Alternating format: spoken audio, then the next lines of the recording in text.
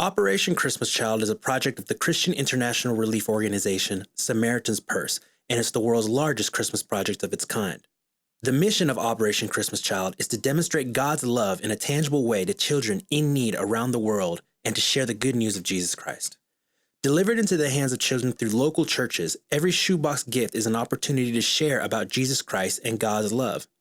Since 1993, Operation Christmas Child has collected and delivered more than 188 million gift-filled shoeboxes to children in more than 170 countries and territories.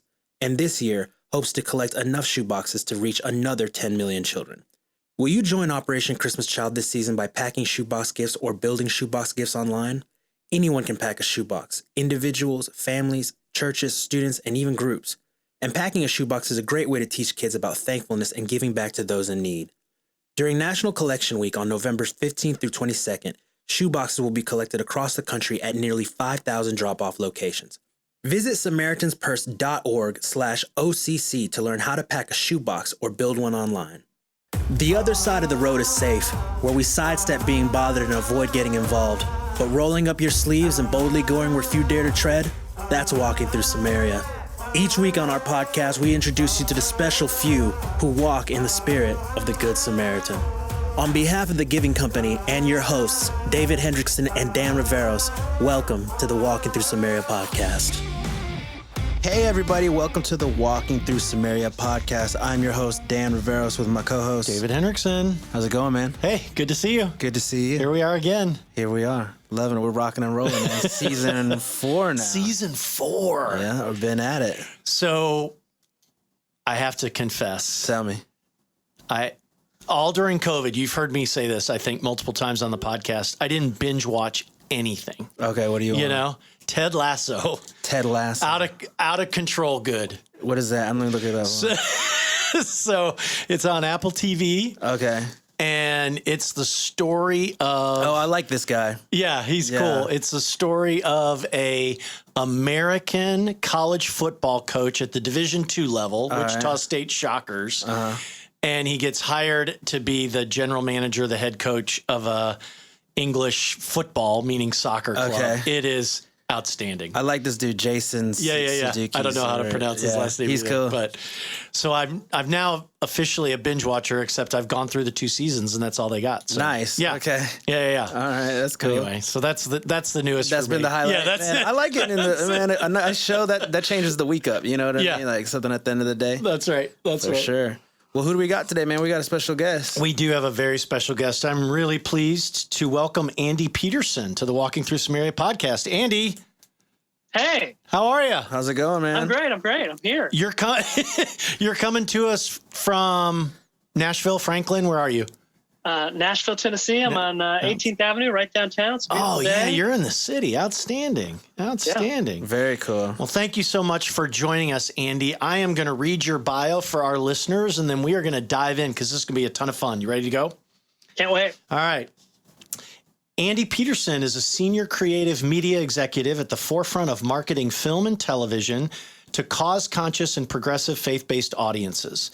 After a decade in the music business, working for labels like Arista, Rocketown, Word, and Warner Brothers Records, Andy has spent the past 16 years in film and TV, most recently as principal at film marketing and distribution agency Aspiration, which is known for providing specialty marketing and publicity solutions to major studios, TV networks, and independent filmmakers. In the past 7 years, Andy has been involved in launching dozens of independent and studio feature films and TV series, including projects from A24, Abramorama, Focus Features, National Geographic, Neon, Paramount Pictures, Participant Media, Sony Pictures, AMC, Fox, and Dick Clark Productions, among others, and has worked on films including Won't You Be My Neighbor, The Peanut Butter Falcon, Selma, Blue Like Jazz, Silence, The Story of God with Morgan Freeman, and the Oscar-winning feature documentary Free Solo, among many others. He's been a busy guy. Recently, Andy launched Doxology, an initiative for curating, promoting, and producing praiseworthy documentary films to connect with smart and soulful audiences within the faith space and beyond. In 2012, Andy created the Justice Film Festival, a film experience that shines a light on social justice and celebrates emerging filmmakers from around the world. The festival, which Andy directs, will return for its 9th season in New York City at the Sheen Center for Thought and Culture next March. Andy is a graduate of Taylor University and has lived in Nashville for 25 years with his wife, Rebecca. They have 3 children. An avid record collector, Andy has over 1,000 pieces of vinyl in his collection and can usually be found visiting contemporary art museums and other sacred places during his travels. Andy Peterson, welcome again to the Walking Through Samaria podcast. Welcome, man. Wow. Man, glad to be here. Dude, It's fantastic. You should go take a nap. Busy guy. This is crazy. Yeah, okay. I need to work on a shortened version of my bio. So, I mean, Peanut Butter Falcon, Selma, Blue Like Jazz, The Story of God. I mean, that's some good stuff. Mm-hmm. Yeah, it's been really cool. I was telling my wife about watching the Story of God, and I'm trying to remember, Andy, was that Discovery or History? I'm trying to remember what channel. National Geographic. National Geographic channel picked it up. Yep. And one of the early episodes was about people who died and then lived again, came back from the abyss. And the one story was the guy who got thrown into the ocean and he was dead for like 20 minutes and they revived him. And he's like, yeah, I saw the light and et cetera, et cetera. And so they're like, did that cause you to change anything, spiritually? And he's like, no. I was like, man. Come on, what does it take? Yeah, I know. Like, what does it take? That's right. You saw the light for crying out loud. Wouldn't you want to investigate the light a little bit? He's like, nah, I love everybody. I'm good. Came back from the dead. Yeah. So much cool stuff. In That's so funny. But it is awesome. Yeah, it's a great series. Yeah, and I mean, you can't get any better than Morgan Freeman, who, not only, of course, is this iconic voice and this presence in any room that he walks into, but, he really does have a real curiosity about faith. Like, he really does. And, these guys traveled around the world, I mean, in dozens of countries, and every episode had a theme, and they really were exploring faith through the lens of the people and places that Morgan was visiting. And it's a fascinating exploration. It's a unique study in just human nature, and they uncovered some really neat stories from some very interesting places and people. And we found that it was a fun way to connect people just around these conversations and get people kind of going on. That's great. Well, what does it mean? What does death look like through the lens of a Hindu versus a Christian? And, what does that mean? So anyway, it was super fun. That's good work. It's really fun to get to do that. And of course, it's entertaining to get to be around Mr. Freeman. He's an interesting guy. I'll bet. So this is another sort of useless comment before we dive into real content here, but it was going around on Twitter last week. Other than Morgan Freeman, that was the caveat. So the tweet actually said, other than Morgan Freeman, who would you want to narrate your autobiography? That's a great question. So you know what I said, Dan? Who'd you say? Kevin Costner. Okay. He's got such a cool voice. I would want Morgan Freeman. Let me be very clear. Matthew McConaughey. Oh, that's a good one. Yeah. That's a good one. Matthew McConaughey would be a good one. Yeah. I like Kaz. He's the dog in The Art of Racing in the Rain. Okay. Kevin Costner's voice. Okay. Yes, he is. Yeah. He is. I love his voice. an underrated voice actor. I agree. Right? I think that's great. I agree with that. Kevin Costner in my brain immediately goes to Waterworld. Oh, yeah. That's unfortunate. I remember watching that when I was a kid. Yeah, that's too bad. That's too bad. Oh, that's funny. So, Dan, I got to tell you, every once in a while, you meet somebody. Andy and I had coffee together. Andy, we should probably do a shout out, right? Honest Coffee Factory, Honest. Yeah. Is that right? Honest Coffee Roasters at the factory in Franklin, Tennessee. Honest Coffee Roasters at the factory in Franklin, Tennessee a few weeks ago. Okay. I was in town to do work. I want to make that very clear, even though on Saturday Georgia was playing Vanderbilt. At Vanderbilt. That's just a coincidence. What a coincidence. That's just a coincidence. But I was there doing work. And Andy and I got a latte at Honest Coffee and instantly I was like, this guy looks at the world very similar to the way that I do. Cool. And that doesn't, I just don't think that happens very often because people are so opinionated these days and so specific in their worldviews. But Andy, that was really, really a delight for me to get to talk to you about your history and what you're doing right now. So we're going to talk about all of that. If you don't mind, you're obviously accomplished in the artistic world, music and film, but tell us about what it was like growing up as Andy Peterson. Where are you from and what ultimately led you to kind of pursue your passion around the arts? Yeah, thanks. Well, first I'll say I too was just moved by the time we got to spend together and agree. You meet folks sometimes that you're not really sure what you're walking into. You have very little context for whatever reason. Good point. Yeah. Good point. Right. And you sit down across the table from someone and you're like, hey, you know what? I'm really glad I showed up today. This is pretty great. So that's certainly how I felt Thank too. you. Yeah. I grew up in Northwest Indiana, right outside of Chicago. I grew up on the tip of Lake Michigan in a little town called Chesterton, Indiana. And so I lived right on the edge of what is now the Indiana Dunes National Park. Oh, it was a state park at the time. So you would have been close to Illinois and you would have been close to Michigan, right? Would you have been fairly close to Michigan? Yeah. Both about 30 minutes each way. Isn't that crazy? There's that little area of Indiana. How about that? Yeah. It's a very unique spot. I mean, we could see the skyline of Chicago across the lake. Wow.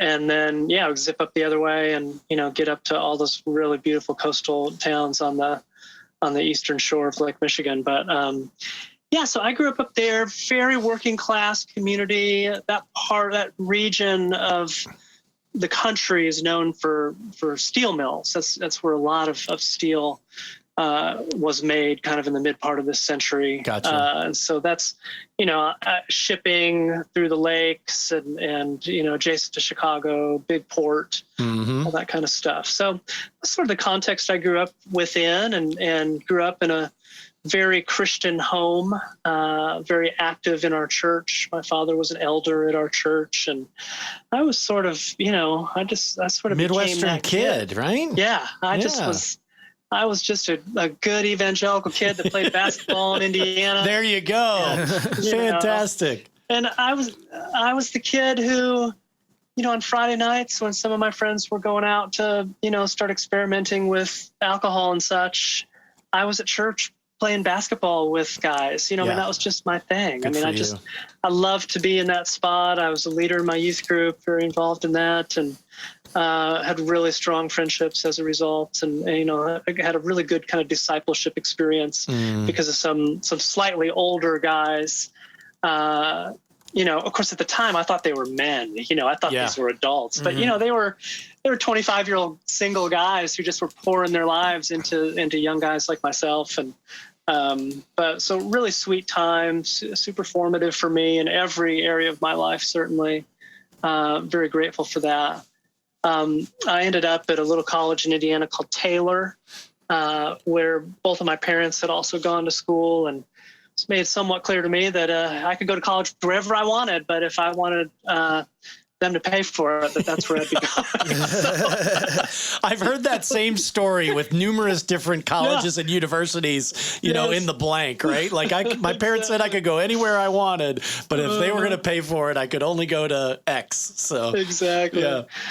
So, that was an easy decision to make. Unfortunately for me, it wasn't too far off from, I think, what I wanted to do anyway. And a lot of guys I admired, had gone there. And, the truth was I'm an old enough person that my world was pretty small because the internet didn't exist yet. So, I didn't know anyone that had gone to college in California or where else, wherever.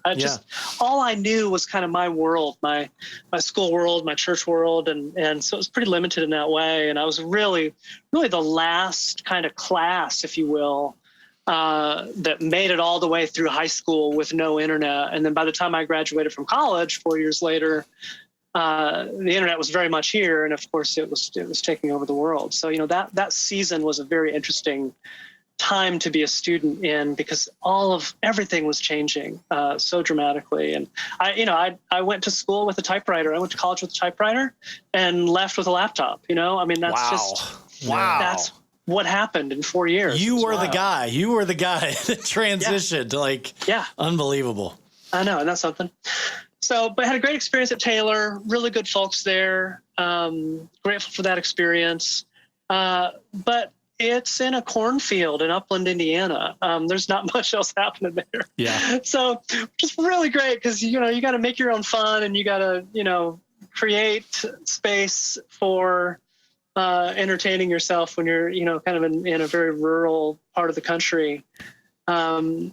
But it was pretty limiting in other ways too, and I found it to be maybe a little more conservative than I was starting to learn how I was wired, just as a human and as a person of faith myself, and as somebody who was beginning to formulate my own views of the world and how the world worked and what I wanted to do, and part of that for me was to be involved in broadcasting. I actually went to a high school that had a radio station. We had a classic rock radio station in our high school.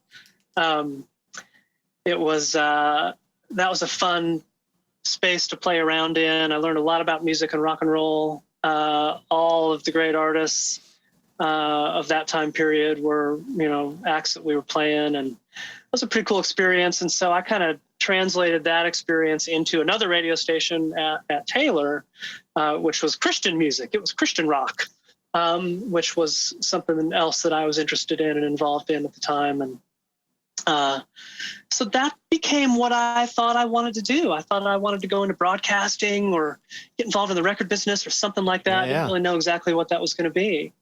And at the end of my season there, I found myself with an opportunity to move to Nashville, Tennessee, to work at a record company called Reunion Records, which is the label that Rich Mullins and Michael W. Smith recorded for. How about that? Wow. And I kind of thought I had just arrived, man. I thought I'll bet this was it. You're in Nashville working with those names. That's amazing. What else could I ask for? Yeah. What else could I ask for? So that's how I got here.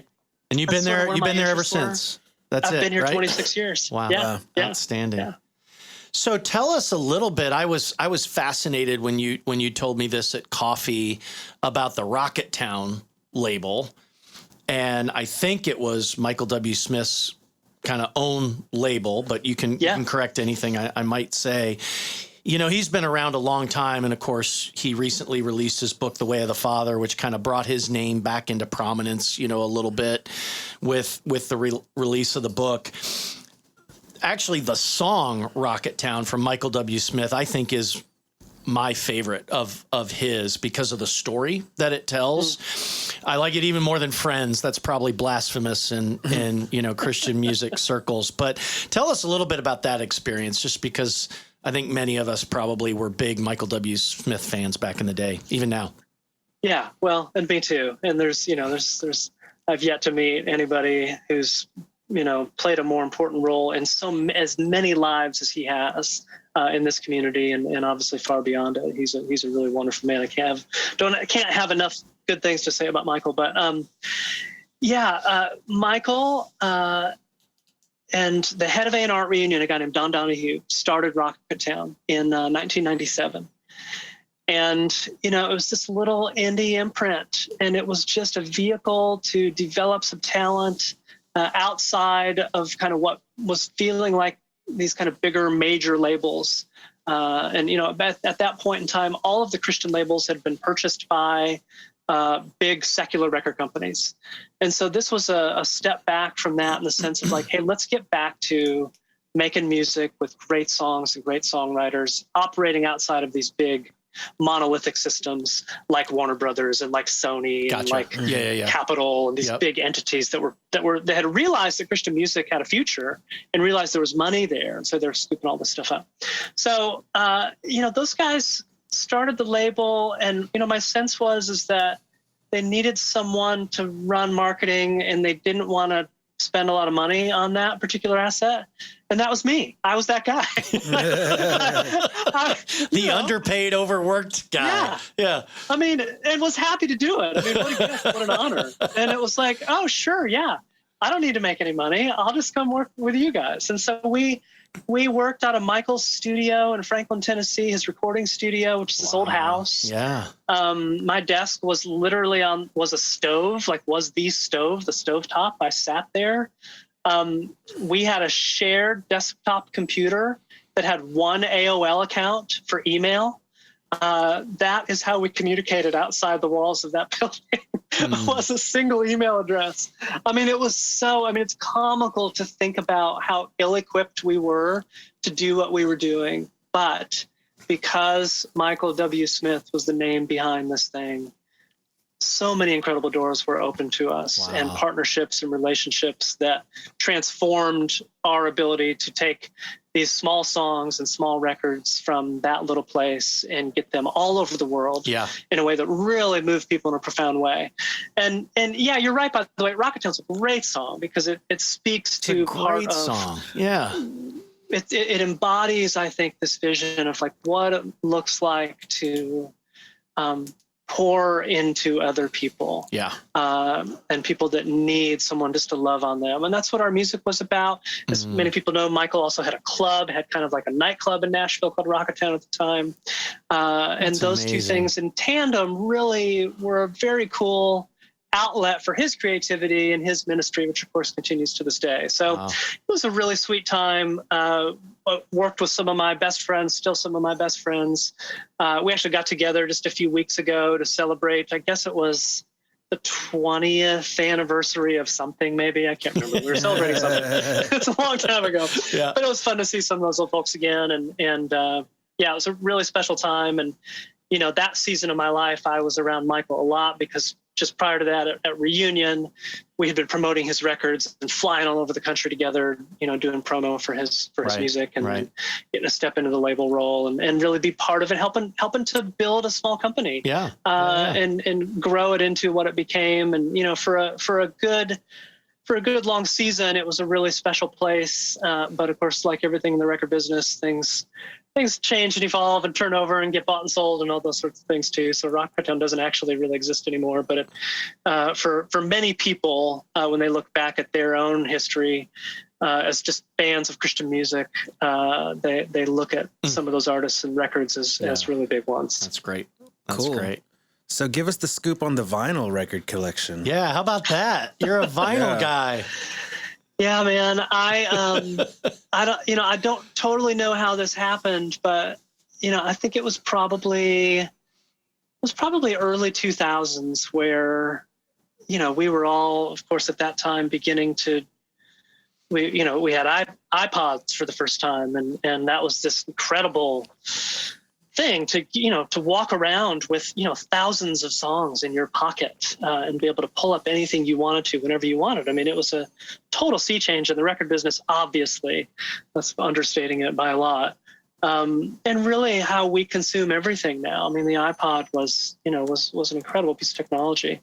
So I embraced that like everybody else did. But I think I also began to yearn for something that felt a lot more organic and something you could hold. And the idea, I was a kid that grew up buying CDs and, pouring through the liner notes, pulling that booklet out, wanting to see everybody that was involved in the making of this record and the artwork and how thoughtful that these artists were. And then I started to work in the record business. I was very much involved on the creative side and did some art direction for some records. I mean, that's a big part of the storytelling to me is just the art, the cover art for an album.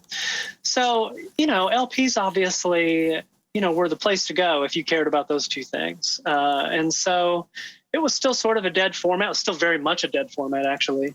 So I had no trouble acquiring turntables and beginning to go through record stores.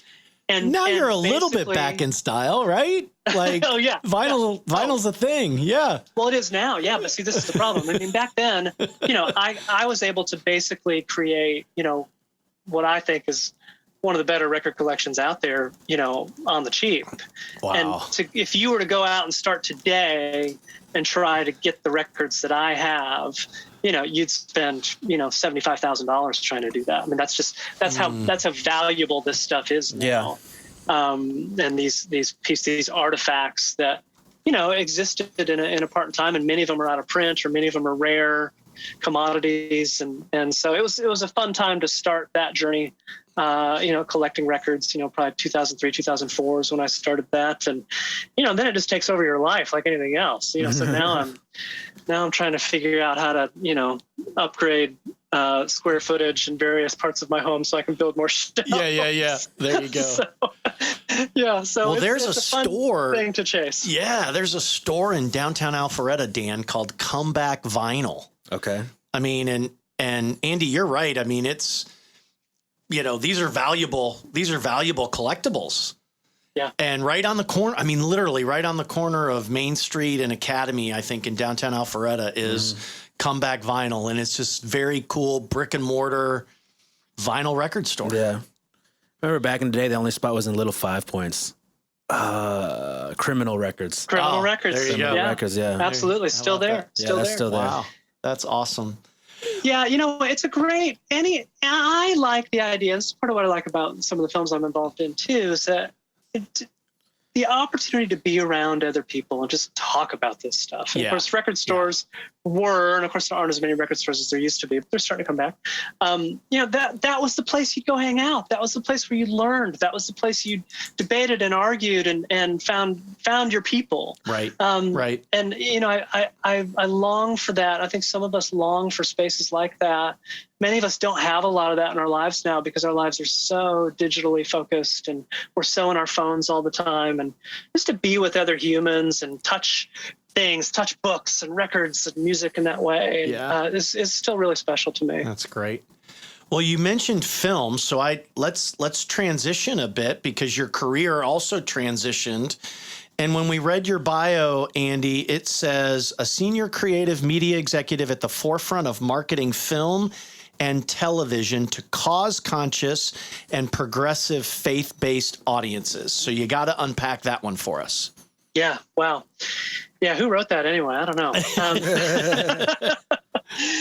Here's what I have to say about that. When I look at the audiences that are out there that are consuming films, one of the things that I find affinity with is the people that are like me, the people that sort of look at the world, through a similar lens that I do. And, when we talk about cause-conscious consumers, we're talking about people for whom they care about what they put into their bodies, what they spend with their money, where they go, where they vacate, all of these things. Like they care about the layer beyond just the commodification of it. We're trying to find the cheapest possible alternative out there.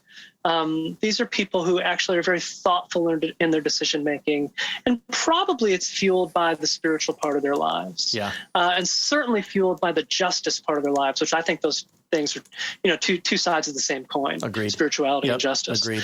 And so, so those are the people that are just thoughtful, people that we use the language of smart and soulful, people that are, that are kind of looking at the world of like, hey, I want to learn. I want to be part of this. I want to invest myself. I want to get better and stronger. I have an aspirational view of what the world can be and my role in it. And I have a soul that I want to bring to that. I have a spirit that I want to embody within these conversations and my presence in these places and spaces. So, those are the consumers I think that we're interested in.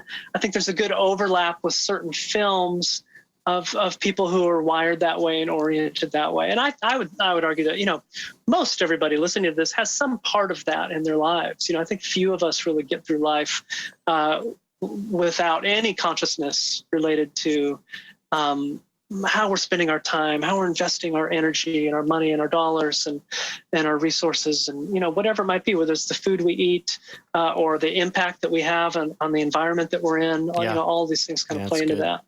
And as it relates to progressives, progressive Christians is sort of a tricky word to throw around because that means a lot of different things to a lot of different people. Right. I'm very intentionally talking about, lowercase p progressives in the sense this is not the political group that we're talking about. And this is not the activist group that we're talking about in that sense on the political side, but progressive in the sense of like, out in the world, not just in this Christian bubble, not spending all of their time listening to K-Love, if you will, or, in that particular section of the bookstore, the spirituality section of the bookstore, but people that are like in the world, in the real world, consuming content, participating in life as it is, outside the confines of just, Christian entertainment. Yeah. So those are the Christians, I think, that we're most interested in connecting with and find a real affinity with the projects that we're working on, because they want to lean into this stuff, and they are just as interested in exploring doubt as they are exploring faith. In the context of a work of art, whether it's a painting or a song or a film in my case. So, those are important things. I think those are the type of people that I just want to hang out with most of the time. Yeah. The life that I've observed and the life that I've lived is not one, so far at least, that I have found that if I pray hard enough, my life always works out the way that I want it to.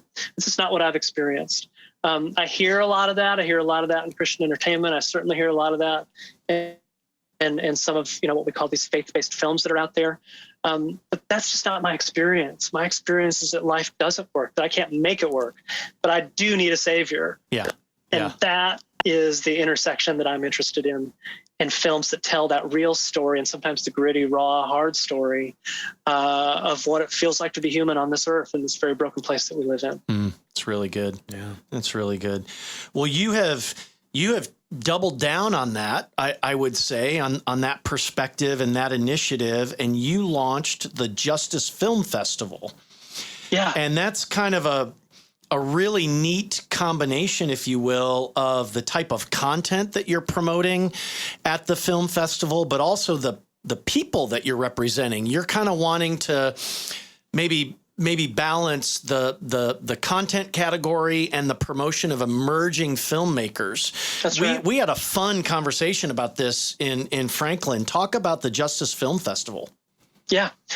Justice is just, it's a thing that's evolved out of my work over the years. And a lot of it just has to do with some of these projects that I've been a part of. Many of them you've already named, and we could go on. There's many more. But, the reality is that there's not a lot of places where these films can live out there in the world. Obviously there's a few big feature films that sort of, fall into that category that get released in theaters and go on to have great lives. And, and there certainly are other film festivals out there that are championing films of this nature. But I wanted to create a space that, as you're saying, is not just about creating a space for some of these films to have an opportunity to be screened. And in our case, that's New York City, which is where we do this thing. But to raise up the next generation of filmmakers that want to tell these kinds of stories, and to create space and opportunities for them to exhibit their work and to be successful and to thrive and to grow and to learn and to collaborate and all those things. And so that's really why we exist, why the Justice Film Festival exists. We're actually going in this March will be our 10th year of Justice Film Festival. We have a wonderful partner in the city, which is called the Sheen Center for Thought and Culture, which is this wonderful venue that is like-minded with us in the sense of wanting to bring the good and the true and the beautiful into the world. And we have films that really are designed for anybody. We have many Christian filmmakers that we work with. We have Muslim filmmakers. We have filmmakers from virtually every religious group there is. So it's a little bit more of an interfaith type of experience in that sense. But it's designed to be a space where anybody would feel welcome. And we're really focusing on the issues that we're presenting, which of course include poverty and, racial justice right now is a big one, obviously, and environmental justice and trafficking and, all these things that we know are happening, these vulnerable people, vulnerable ecosystems on the earth that need to have their stories told. And we have such a great time bringing some kind of unknown things into the forefront and allowing people to have the experience of saying to themselves, wow, I did not know that existed in the way that it does, or I did not know this system was so broken. I did not have an understanding until I saw that movie, how difficult it is to transition from incarceration back into the real world. I mean, whatever, fill in the blank. It could be anything. Sure. But these are profound experiences, and I believe that there's nothing like a feature film to move someone's heart and mind to a new, I agree with that. A new plane Yeah. of right. I mean, it's just there's nothing else like it. And there's two reasons for that, in my opinion. One is that it's the one period that maybe we might put our phones down for 90 minutes. I mean, That's a good point. There's almost, other than when you're sleeping, your phone is with you all the time. When you're watching TV, your phone's on. When you're in church, your phone's on. I mean, it's just when you're driving, unfortunately. It's true. I mean, so a film is the one time where maybe you're going to capture somebody's attention for a long enough period of time to allow their spirit to actually get involved in the story. Of course, that's why we like adventure films too, right? It allows us to disassociate from the realities of our real life, and we can just be in the story. Yeah. So we need more of that. We need spaces for that. That's what Justice Film Festival's for. I'm very excited for this, our 10th year coming up here in March. We're right now sort of in the throes of putting together the program. And as I said, we're excited to invite filmmakers back to New York City so that we can do all the things that we care about, and to do it with masks off, because we really want to have a film festival where we just get to be together. Yeah, it's great. And, obviously we haven't been able to do that for the last, really 2 years now because of all this COVID stuff. So we're hopeful that we can get back to a global health standpoint where that is okay and safe for us to do. And if it is, then it'll be really fun to be back in a room together watching movies. That's awesome. That's awesome. Well, speaking of movies, again, we had Max McLean on the podcast last week, and he founded the Fellowship for Performing Arts in New York. He sounded a lot like you, Andy, in terms of somebody who wanted to, exist in diverse audiences, and create content that attracts diverse audiences. And I just believe that's part of our role as Christians, is to, you don't have to be of the world, but how do you spread the gospel if you're not sort of with big, broad, diverse audiences, And anyway, he produced and starred in a movie that is coming out, I believe, on November 3rd. It's going to be released in theaters for that one day. It's called The Most Reluctant Convert, The Untold Story of C.S. Lewis. I think you're involved with this one, and so we'd love to hear maybe your take on this story and what it will mean to audiences when they see it.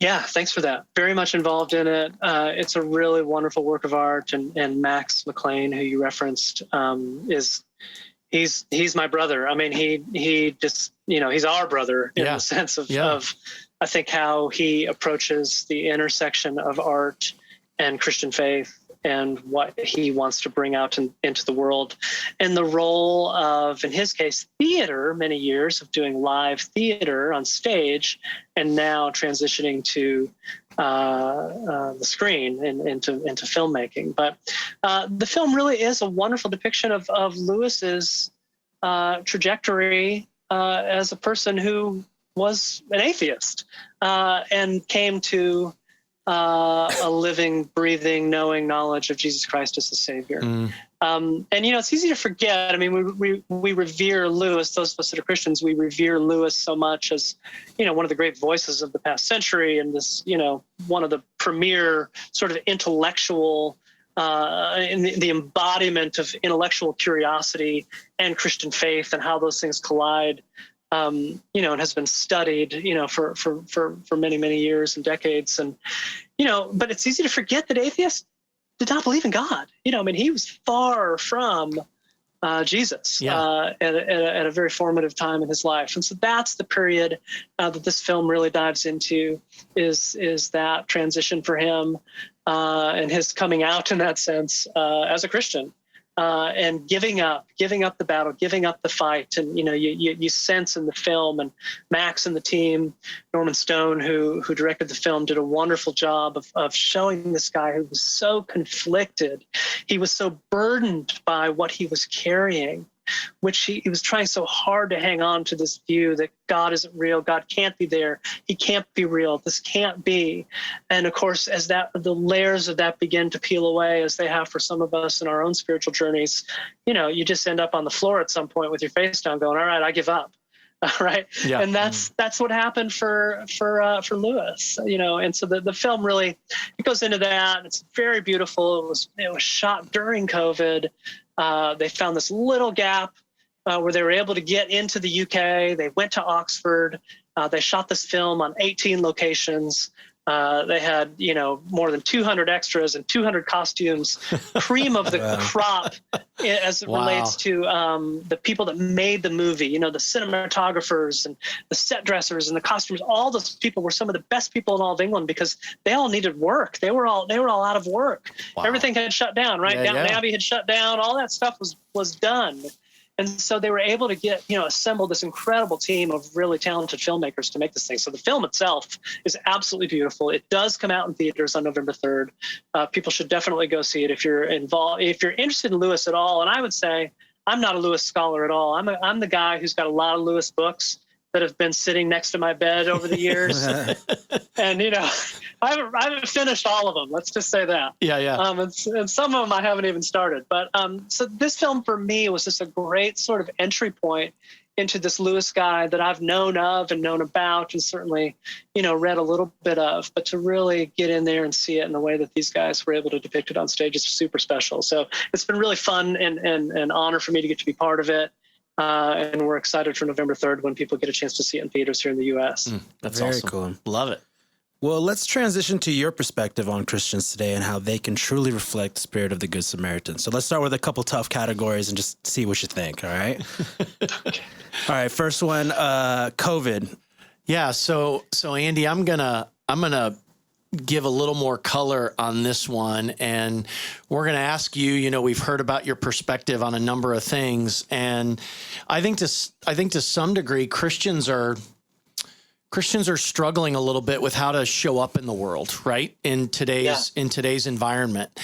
Yeah. And if we talk about COVID and kids for a second, I would tend to say that there's probably two distinct categories. If people wake up in the morning and they read the news, they're like, there's two categories. There's the people that think that kids should not go to school. Teachers should not go to school. It should all be remote. It's unsafe. Let's just teach online until this thing called COVID-19 is gone. And then you've got another group that's like, nope, kids should be in school. Teachers should be in school. There should be no masks. It should be life as normal or as we knew it, maybe more than a year and a half ago. You told me about a third category, which happens to be hit fairly close to home. And your wife and son were actually talked about in the New York Times in an article on September 23rd, and they refer to your wife as Becky. Did they take editorial liberty there, or does she go by Becky and not Rebecca? She does go by Becky. All right, yes. So Becky. Yes. So I want to read this. I want to read this for a second because and then I want to get your perspective on it and what it means really for Christians and kind of how they behave, because this is an example of a third category. And you know what? There's probably 30. But to just let people know that there's more than two is kind of the point here, right? So this is what the author, and I'm going to scroll up here to get the author's name, Erica Green. She was the writer for the New York Times, and this is what she writes. The federal scrutiny and legal challenges were welcome news to Becky Peterson, whose 16-year-old son has a rare chromosomal disorder called, I'm going to let you fill in the blank there. Isodisectric 15. There you go. As well as autism and epilepsy. At the outset of the pandemic, it seemed that all parents understood the value of the free, appropriate public education that federal law guarantees special needs children. Becky said that there was somewhat of a level playing field because we were all in the same boat. As this has worn on, we're all in the pandemic, but our boats look very different. I love that statement. We're all in the pandemic, but our boats look very different. Last fall, your son contracted the coronavirus at school, and that was when there was a mask mandate with no loopholes. Miss Peterson, a professor, she teaches French at Vanderbilt, by the way, Dan, I know this after meeting with Andy, said her son's bout with the virus was distressing, but not as much as the idea of keeping him home from his school, where more than 37% of students were not wearing masks. The gregarious teenager's communication is limited, but on a recent day, he gave hugs and fist bumps as he got off the school bus. One day during remote learning last year, he hugged his computer when his teacher appeared on the screen. Here's the point. I think the Petersons, I don't want to speak for you, Andy, but what I'm gathering from this story is there's a third category of let's be in school for special needs kids who need the interaction and exposure, but maybe masks in school are not all that bad. That's kind of my maybe interpretation of this. So can you kind of take it from there and kind of share your experience, but also maybe help us all with, look, let's not just think there's two extremes out there. Yeah. Well, thanks for that. I'm happy to talk about that, of course. And of course, we should probably be talking to Becky. There's a reason that Erica interviewed her and not me. I'll tell you that much. Although she did also interview me. And, somehow none of my quotes showed up. They didn't make the cut, huh? But, I think for us, and I think this is the challenge, is that, it's easy for any of us to look at the world through whatever, and to use Becky's language, whatever boat we're in, right? Yeah. And I happen to be in a boat where I've got a kid with a disability and one that requires some pretty serious intervention. And, for him, the difference between being in school and not being in school is very severe in his opportunity to learn anything, for one, and two, just to have an experience that is like socially positive and even acceptable. It's just in a remote environment, it's just not a thing. And he's like a lot of kids, and by a lot of kids, I mean millions of kids who they cannot, learning is not possible for them in a remote environment. They need the physical interaction. In my son's case, he has an aide. He has an aide that's with him all day long at school that helps provide support for him in that academic environment, both in the general education setting, which he's in, and in the special education settings that he's in, and to help him navigate his day and to work with the curriculum in a way that's appropriate for him and where he's at. And those interventions can only happen in the context of being in school physically. And so what that means is that for all of our people, all of our students, all of our brothers and sisters, if you will, we should evolve down to what works for everybody. Whatever sacrifices we might need to make, but to provide the opportunity for everybody to receive the free public education that all students in this country are promised to. And in the case of people with disabilities in this country, to receive an education in the least restrictive environment possible, given whatever their disability might be. Those are rights. Those are federal rights that are transposed upon all young people in this country. And so as a result, I believe, and many others like me believe, that we need to do whatever we need to do to protect that, and obviously to protect the health and safety of all of these populations to be able to receive that education in the public school environment. And so I think the challenge has been, and of course we're seeing this on the news, and in particularly where I am, and if you were watching the news a couple months ago, you actually saw our county, you saw Williamson County, Tennessee, on the national news with these pretty awful fights happening at school board meetings. Yeah. And, yelling and cursing and threatening and blocking cars and all this stuff. And, it's really sad. And, that's not what any of us want to see at our school board meetings, right? That's right. That's right.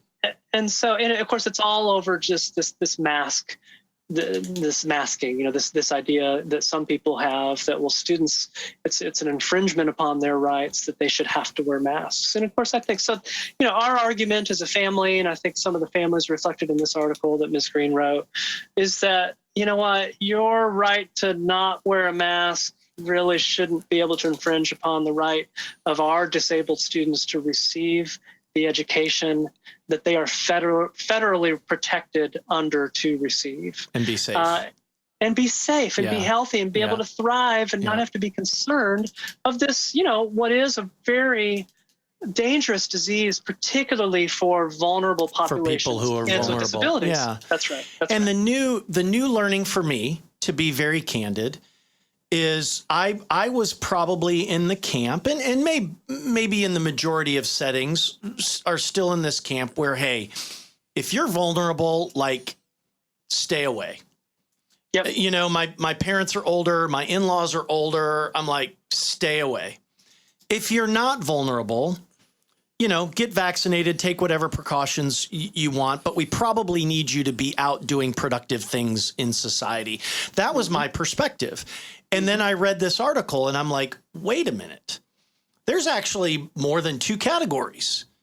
There is vulnerable, at risk, but needing to be interactive.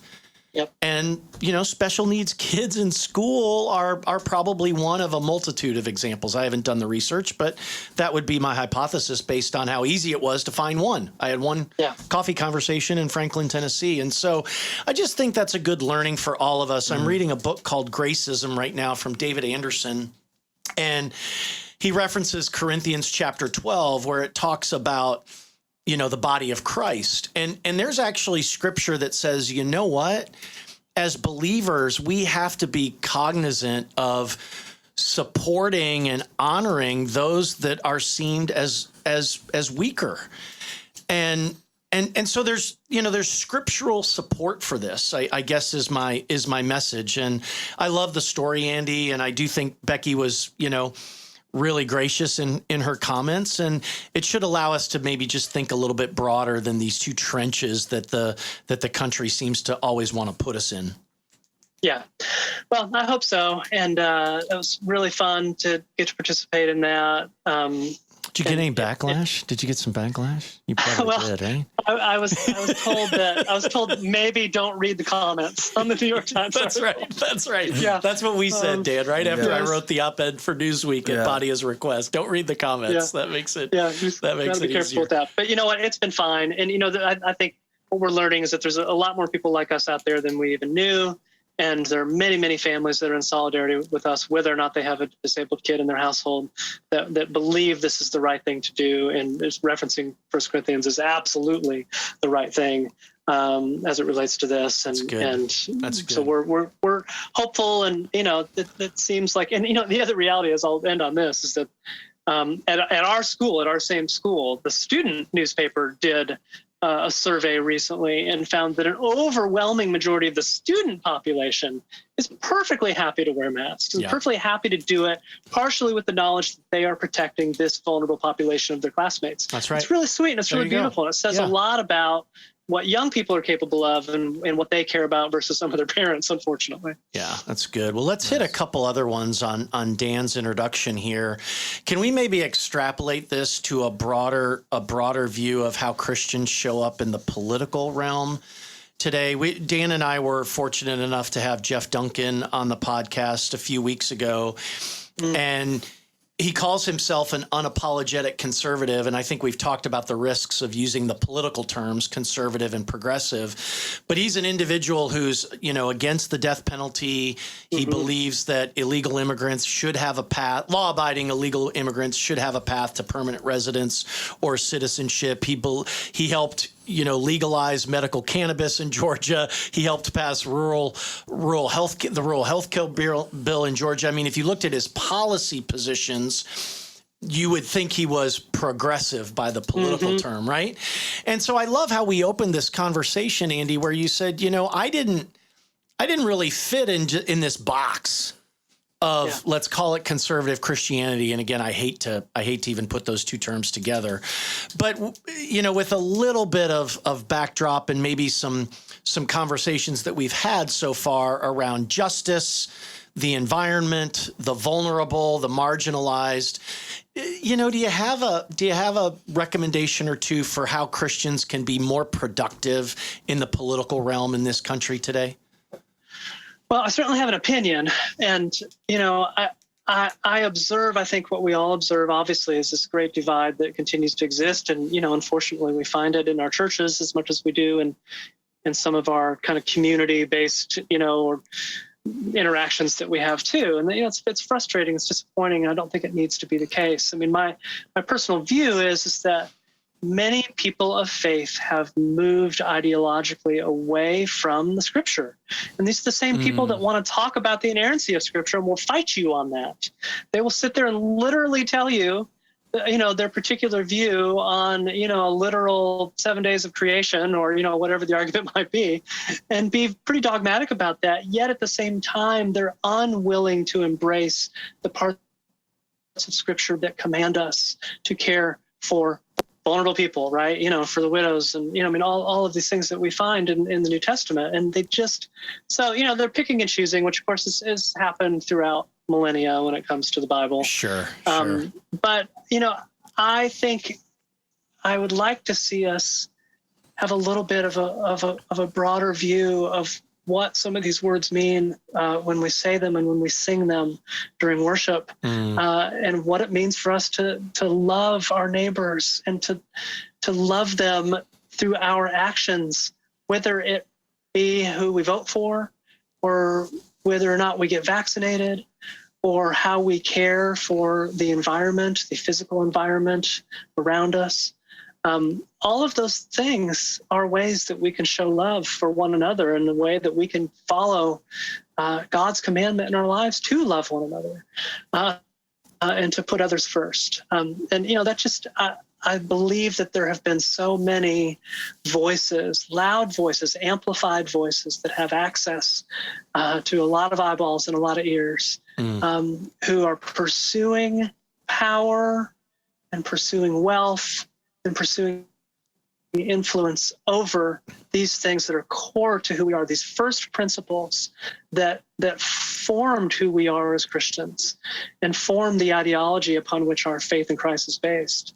And that corruption is very problematic. Yeah. And the conflation of, I believe, Trumpism. I'm not talking about Trump. I'm talking about this Trumpism, the ideas that are propagated by all of these people in that orbit, and how that has gotten so inbred within evangelicalism, is going to be something that we're going to have to recover from as Christians, as a community of Christians, as a broad community of people who profess Christ. So that is everybody all the way on the left and everybody all the way on the right. Guess what, guys? We're all in the same tent. We all share that in common, and we're all going to have to reckon with this. Yeah. And the decisions that have been made by many within that tent to align themselves with that ideology is problematic, and it is something we're going to need to unwind. And there's some of us out there that, I don't care who you are within that tent or which side of that tent you're on, that I want to find a way for us to come together and figure out how we can start to undo. Because all of us in our lives have fallen short, we know, Scripture says. We all need to be redeemed, and we all need to see the light, and we all need to see the folly of our own ways. And it's our job to lift up our brother and help in that next season of, what are we going to do about it now? How can I care for you? How can we do this together? How can we come out of this together in a way that's positive and productive? And I think we're on the precipice of it, and I hope we're getting there. I hope we're getting to a place where everybody, one body, is willing to come together and say, we want to cast off this stuff that we've been about. We want to get back to who we believe we were, who we believed we were in generations past. We want to stay firm and true to those first principles, and we want to come together as a body of Christ to do something good in this world for everybody. And if that can happen, and if we can discard some of these divisions that exist in front of us, and of course that's no easy feat, but there are gentlemen like Jeff Duncan, who you referenced, and many others in politics and other spheres who want to do that and have a spirit of that. And share our faith, share my faith, share our faith, the faith that we all have here, but are very much open to doing it in a big tent perspective of, how do we bring as many people in here as we can? Yeah. And you can pick up any issue you want to, but let's figure out how to get as many people in this tent as we can, because at the end of the day, we all of us are brothers and sisters, and we are all the same human race. And we've got some real battles in front of us, and the environment is one of them. And we are not going to solve that unless we do it together as one community. Yeah, that's well said. Let me stretch it to one more category, if you don't mind. But as you talked about some of these areas at church on Sunday, the pastor talked about the parable of the rich young ruler in Mark, specifically in Mark, where they describe the ruler as rich and young. And, there's real implications for how we think about poverty and the poor in this country and frankly around the world. How would you talk about that one? Well, Yeah, I mean, the divide that exists between, people of wealth and people without wealth is just continuing to get wider and wider, as we all know.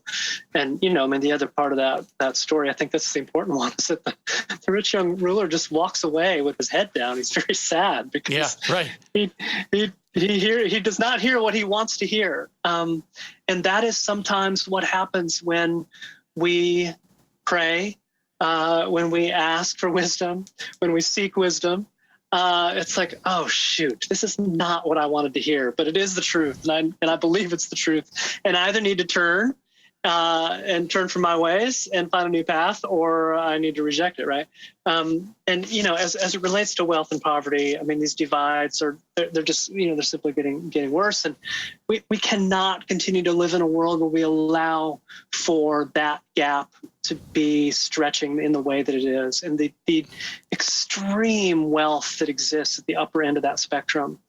There's nobody on this planet that should have the kind of wealth that some of these guys do, and I don't need to list them off. We all know who they are, but it shouldn't exist. It shouldn't be okay, in my opinion. Yeah. And I'm all for capitalism. I'm all for people to reap the rewards of hard work and innovation and all these things and invention. But my goodness, we've got to find a way to give back to the people that are vulnerable and that need it, and to create systems where those gaps that particularly exist along gender lines and race lines, unfortunately, continue to be exploited in the way that they are. But, we're building wealth on the backs of Black and brown people, indigenous people that have been disenfranchised in this country for, hundreds of years now.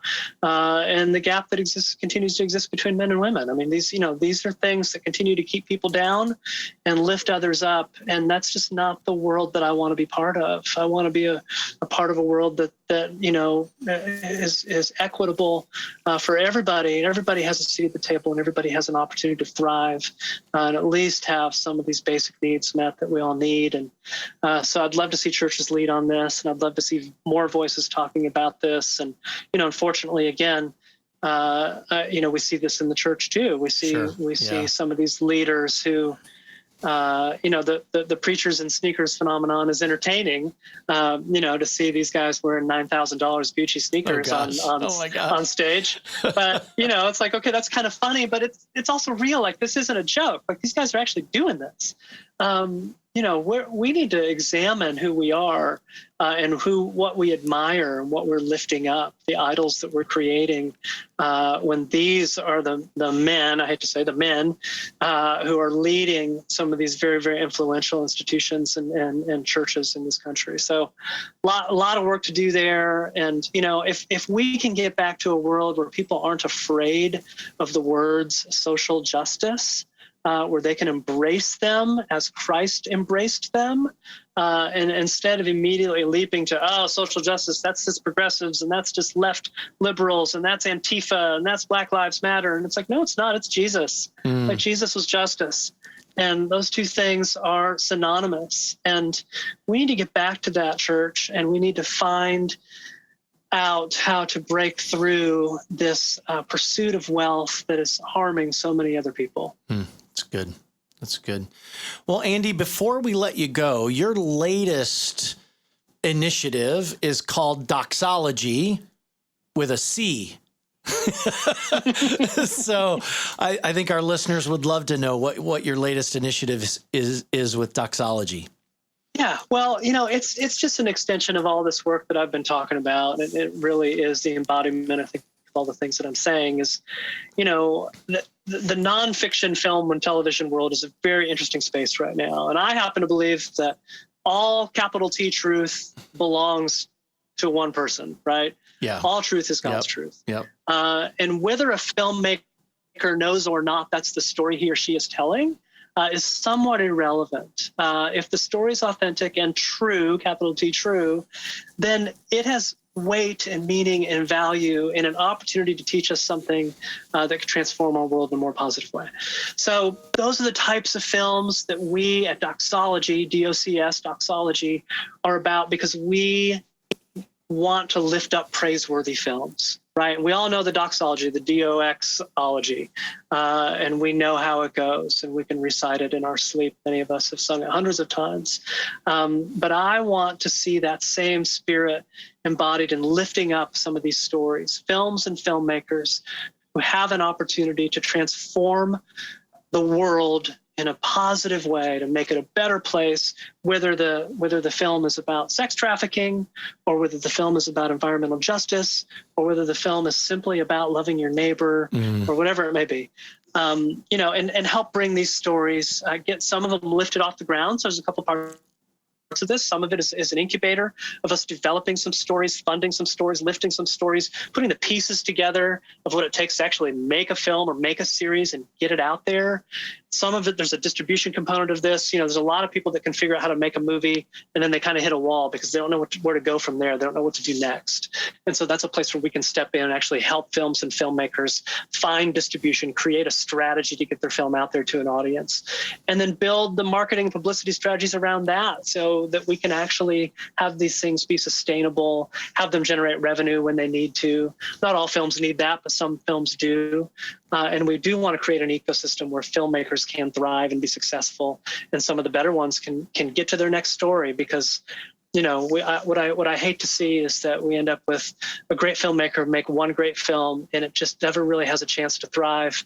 And then that's it. They give up. They give up and they go find a real job. Yeah. I hate to see that happen. And I watch it happen a lot. And I want to find a way for some of these folks to get to really make this their life and their vocation, because it's an important part of the arts. It's an important part of storytelling, creating the world as we want it to be. Love it. Very cool. Love it. Well, Andy, thank you so much for joining us today. Before we say goodbye, can you tell people who want to learn more, understand more, can they find you, follow you, find Doxology on social media? How would that work? Yeah, Doxology is DOCSOLOGY. Doxology.co is our website. I'm Andy Peterson with one T. And you can find me, not to be confused with the wonderful singer-songwriter who also lives here in the Nashville area, a guy named Andrew Peterson. He does his own thing, and he doesn't need any help. Everyone knows who Andrew is, but I'm Andy Peterson, and I'm pretty easy to find out there. And of course, love the opportunity to connect with folks and filmmakers and artists and anybody who shares anything along the lines of what I've had the opportunity to speak about today. I would love to connect with anyone. Fantastic. All right. How about that, Dan? Very good stuff. Really enjoyed it. Andy Peterson, thank you so much for joining us on the Walking Through Samaria podcast. Your perspective and your mission are refreshing, and yet, very focused and very passionate about the gospel and the way it can show up in this world. So thank you so much for sharing your perspective with us. Amen. Thanks, guys. It's a pleasure to be with you today. Well, that's it for today, everyone. Thank you so much for joining us on the Walking Through Samaria podcast. This is your host, David Hendrickson, with co-host Dan Riveros. We'll talk to you next time. Have a good one, guys. For more content like this, visit us at givingcompany.com. Thank you for joining us, and we'll see you next time on Walking Through Samaria.